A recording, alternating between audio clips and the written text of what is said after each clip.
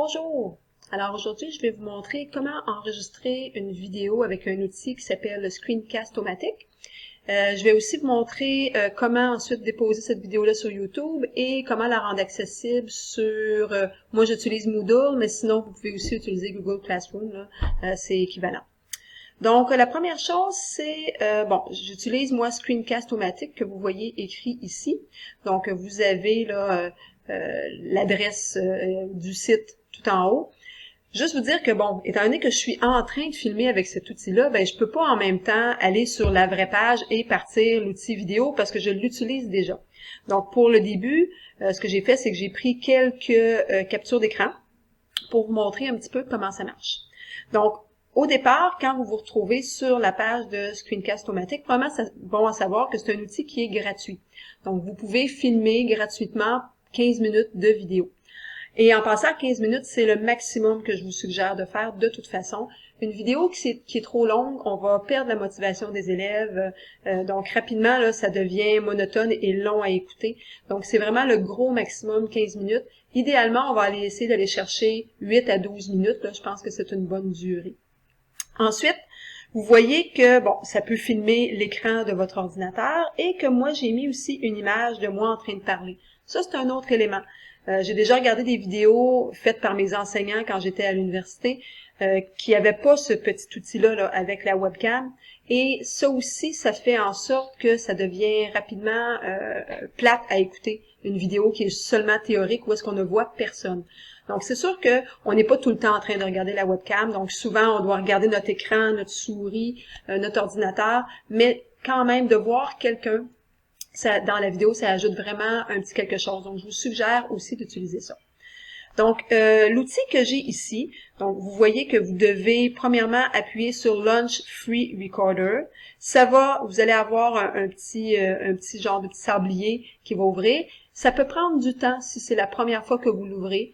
Donc moi, ça va plus rapidement parce que mon ordinateur, je pense qu'il reconnaît l'application, mais ça peut prendre un certain temps. Donc faites-vous-en pas, là, ça prend même jusqu'à 1 à 2 minutes avant que vous ayez cette seconde boîte-là où est-ce que ça vous demande d'ouvrir vraiment l'outil. Je pense aussi, si je me trompe pas, dans Explorer, ça va plutôt être une boîte en bas que vous allez avoir avec le fichier EXE qu'il faut cliquer dessus. Mais si vous êtes dans Chrome, ça sera plutôt une fenêtre comme celle-ci qui va s'ouvrir. Donc, à ce moment-là, on dit « Ouvrir Screen Recorder ». Ce que vous allez avoir par la suite, puis ça aussi, ça peut prendre un certain temps, donc soyez patient. Vous allez voir apparaître un contour, comme vous voyez ici, là, le noir et blanc. Ça, c'est le contour qui va être filmé pendant votre vidéo. Vous pouvez agrandir ce contour-là ou le rapetisser, donc comme en cliquant dessus, là, donc vous pouvez allonger, agrandir la fenêtre de visionnement ou la rapetisser. C'est ici aussi que vous allez pouvoir choisir entre seulement filmer votre écran, seulement filmer votre webcam ou à ce moment-là, filmer les deux, un peu comme je fais.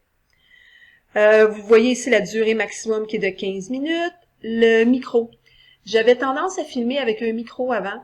Je trouvais qu'on entendait mieux. J'avais un plus vieil ordinateur avant et ça me prenait absolument un micro. Maintenant, cette année, quand j'ai réessayé de filmer avec mon micro, je trouvais que mon micro fonctionnait plus aussi bien qu'avant. Ça grichait beaucoup. Je l'ai enlevé puis je me suis aperçue que ça filmait très bien sans micro. Donc, c'est à vous de voir, là. Peut-être juste faire un petit test, filmer quelques secondes, vous écouter pour voir si ça va bien. Et si c'est pas nécessaire un micro, ben tout simplement ne pas en utiliser. Vous allez avoir un bouton rouge, c'est le bouton pour commencer la vidéo. À partir du moment que vous cliquez dessus, vous allez avoir un décompte. On va faire 3, 2, 1, et là, c'est parti, la vidéo commence. C'est le même bouton pour arrêter la vidéo. Donc, le bouton, vous le voyez plus, mais moi, sur mon écran, j'ai un petit bouton rouge ici avec un symbole de pause. Donc, quand je vais vouloir arrêter la vidéo, je vais simplement cliquer dessus et la vidéo va s'arrêter. Je vais juste vous montrer ce que moi j'utilise aussi dans beaucoup de mes vidéos. On dit que ça peut filmer votre écran, donc vous pouvez à ce moment-là avoir un PowerPoint. Moi, j'utilise beaucoup Active Inspire quand je fais mes vidéos. Donc, juste vous montrer, par exemple, donc quand je suis en sciences, Active Inspire va me permettre parfois d'utiliser, comme ici, un dessin déjà existant et de rajouter des choses dessus. Donc, quand je veux, par exemple, montrer aux élèves la zone d'ombre qui sera créée par les rayons du soleil qui sont arrêtés par la Terre. Donc, je leur montre que la zone d'ombre se retrouve ici. Donc, il y a moyen d'aller faire des lignes droites. Il y a moyen aussi de prendre un crayon. Donc, je peux aller faire ensuite les lignes, les rayons qui vont me permettre de tracer ma zone de pénombre. Et encore la même chose avec mon crayon. Je peux aller identifier à ce moment-là la zone de pénombre qui se trouve dans ce triangle-là ici, si je peux dire. Donc ça, c'est un peu ce que je fais en sciences avec Active Inspire. En mathématiques, c'est un peu différent. Ça va être difficile d'aller écrire avec ma souris à l'écran.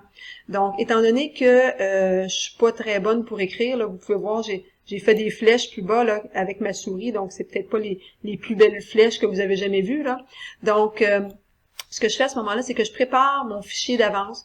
Je m'en viens écrire tous les chiffres à l'intérieur et ensuite, je m'en viens cacher certaines zones.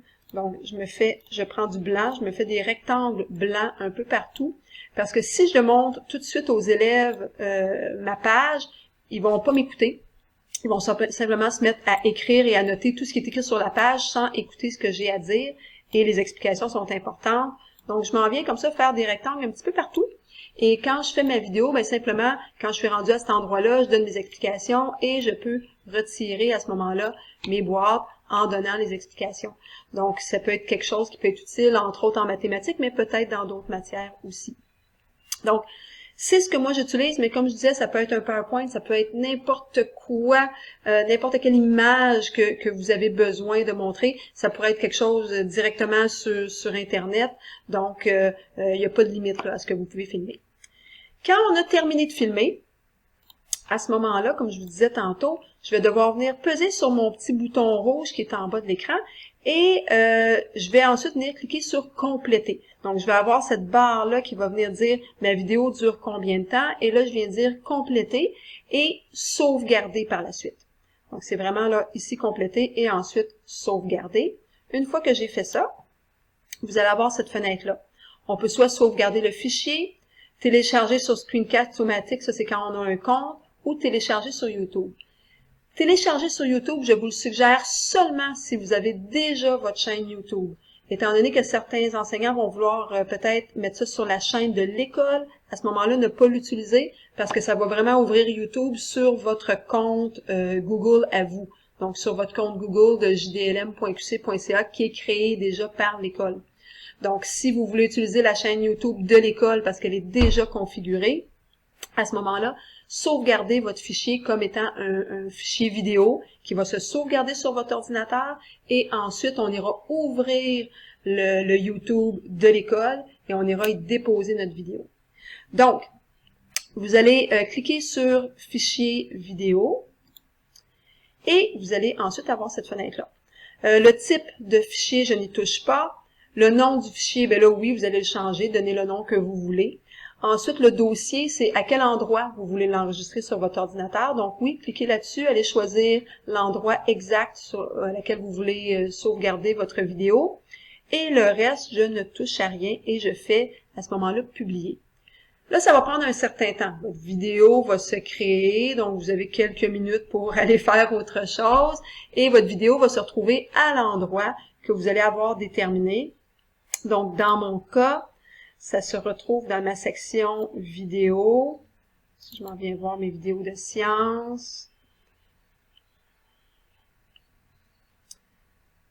Donc, j'ai mes différents chapitres ici. Donc, si je m'en vais, par exemple, dans mon chapitre 10, j'ai mes vidéos que j'ai faites pour le chapitre 10.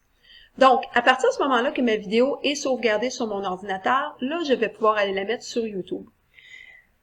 Si ça fonctionne exactement comme on a fait avec moi, Pierre m'a envoyé une invitation. Donc, Pierre Brindle m'a envoyé une invitation pour avoir accès au site YouTube de l'école. Donc, ça se retrouve dans mes courriels. Donc, si je m'en viens voir mes courriels, dans, naturellement, mes courriers indésirables, hein, on sait bien. Donc, je vais avoir là, ici YouTube et invitation à accéder à la chaîne de Pierre Brindle. Donc, si je m'en viens cliquer là-dessus, donc, j'imagine que ça va être la même chose pour vous, que Pierre va envoyer un lien à ce moment-là à tous les enseignants pour avoir accès à ça. Mais comme je disais tantôt, si vous avez déjà votre propre chaîne YouTube, il n'y a pas de problème, vous pouvez continuer avec ça. C'est vraiment pour les enseignants qui n'en auraient pas déjà et qui voudraient faire des vidéos, là. Donc, à ce moment-là, on peut dire « Accepter l'invitation » dans le courriel. Et ça va ouvrir directement la chaîne YouTube du collège. Donc, déjà accepté parce que j'ai fait un petit test tantôt pour m'assurer que ça fonctionnait. Et voici. Alors, je peux faire créer. Donc, créer ici, ça va justement dire que je veux créer une nouvelle vidéo sur le site YouTube et mettre en ligne. On peut glisser-déposer ou sélectionner le fichier. Moi, j'avoue que j'aime beaucoup le glisser-déposer. Donc, je m'en viens reprendre mon explorateur ici pour choisir ma vidéo. Donc, je m'en viens choisir ma vidéo et je la prends et je la glisse tout simplement sur la petite flèche ici. À partir de ce moment-là, je peux aller modifier un petit peu le titre. Donc, je vais dire vidéo 10.3, jour et nuit. Et on va devoir accepter quelques conditions. Donc, premièrement, la vidéo est conçue pour les enfants. Donc, ça veut dire qu'il n'y a rien d'explicite ou quoi que ce soit dans notre vidéo qui ne conviendrait pas à des jeunes d'un certain âge. Et moi, je vais toujours cliquer sur « Autres options ». Je vous explique pourquoi. Je n'ai pas envie que les élèves viennent mettre des commentaires sur mes vidéos ou viennent mettre des « j'aime » ou « je n'aime pas ». Donc, vu que je veux éviter ce désagrément-là, je m'en viens plus bas et je viens dire « désactiver ». Donc, je l'avais fait tantôt pour une autre vidéo, là. Juste un instant. C'est-à-dire qu'il est plus accessible. Je ne sais pas si c'est parce que tantôt j'ai cliqué dessus, mais il est déjà désactivé. Mais tout à l'heure, il ne l'était pas. Donc, avant que je fasse mon test. Donc, on vient désactiver les commentaires et je fais aussi, j'enlève ce petit crochet-là, afficher le nombre de spectateurs qui ont cliqué sur « j'aime » ou « je n'aime pas ». Ben, je veux pas que personne vienne cliquer sur « j'aime » ou « je n'aime pas ». Dernière chose, c'est important de laisser autoriser l'intégration. Donc, ça va nous permettre de copier notre vidéo, de l'intégrer ailleurs. Donc, ça, oui, je le laisse. Publier dans le flux des abonnements, moi, ça me dérange pas, là. Donc, je sais pas l'école qui comme abonné sur sa chaîne YouTube, mais on peut le laisser. Mon lien ici, donc le lien de la vidéo, je vais aller cliquer sur le petit symbole qui va directement copier le lien tout de suite dans ma mémoire. Et je fais ensuite suivant. Est-ce que je vais être capable? Parce que c'est derrière. Ouais, là, c'est derrière ma petite fenêtre de ma vidéo. Fait que là, j'ai de la misère à cliquer sur suivant, ce qui est pas super. Et je vais juste mettre sur pause le temps que je règle ça et je reviens. Bon, en mettant sur pause, là, j'ai été capable de tasser, vous voyez, là, de tasser un peu mon écran. Donc, l'écran a été rapetissé, ce qui fait que vous voyez plus le bouton suivant, mais je vais juste cliquer dessus. Et nous avons une deuxième fenêtre qui, elle, j'ai rien à faire dessus. Je peux tout de suite cliquer sur suivant encore une fois. Pour la vidéo, moi, je la mets toujours publique, comme ça, tout le monde peut la voir. Mes élèves, parfois, pour une raison quelconque, si Moodle ne fonctionne pas, si Classroom a un problème, mes élèves sont au courant, qu'ils sont capables d'aller chercher ma vidéo directement dans YouTube. Donc, c'est pour ça que je la mets publique. Donc, de cette façon-là, tout le monde peut voir la vidéo. Je vous suggère de ne pas la mettre privée. Privée, ça va fonctionner seulement aux gens que vous allez permettre de la voir. Donc, il faut vous donner des permissions. C'est même pas avec le lien, là. Donc, je vous suggère vraiment de la mettre publique. Et là, vous allez avoir un bouton « Publier » que vous allez pouvoir cliquer dessus. Et là aussi, ça va prendre un certain temps. Donc, vous allez avoir une fenêtre ici avec « Traitement effectué 0%. » Et là, ça va prendre un certain temps pour que tout le traitement se fasse. Donc, pendant ce temps-là, je mets la vidéo sur pause. Alors, à partir du moment que votre vidéo, elle est terminée, donc on voit ici « Traitement terminé », vous pouvez fermer cette fenêtre-là et votre vidéo va se retrouver ici, tout simplement, dans la liste de toutes les vidéos qu'il y a sur cette chaîne-là. Donc, la vidéo est maintenant sur YouTube. Vous pouvez la mettre soit dans Moodle ou encore dans Classroom. Pour la mettre dans Moodle, la façon que je fonctionne, donc je m'en vais sur mon site Moodle, je viens activer le mode édition. Je me suis créé, moi, une section seulement pour mes vidéos. Donc, les élèves savent toujours où aller chercher à ce moment-là. Donc, j'ai tous mes chapitres. Donc, ici. Donc, je me suis fait une section vidéo. Donc, si on va tout en bas, ajouter une activité, on peut simplement dire qu'on veut ajouter un URL. Ajouter. Donc, je m'en viens mettre un titre, donc vidéo test, tout simplement. Je m'en viens coller le lien que j'ai copié tout à l'heure. Je peux mettre une description si je veux. Pour l'apparence, moi je viens toujours choisir dans une fenêtre surgissante. Ça fait en sorte qu'il y a une autre fenêtre qui ouvre avec notre vidéo et non pas dans la fenêtre Moodle en tant que telle. Et je m'en viens simplement enregistrer et c'est terminé. Donc, à partir de ce moment-là, mes élèves ont accès à ma vidéo et moi, j'ai moyen aussi d'aller vérifier si les élèves ont écouté ou pas la vidéo. Donc, ça, je pourrais vous faire une autre vidéo à ce moment-là si on a besoin, si vous avez besoin de voir comment faire ça. Donc, c'est tout pour aujourd'hui.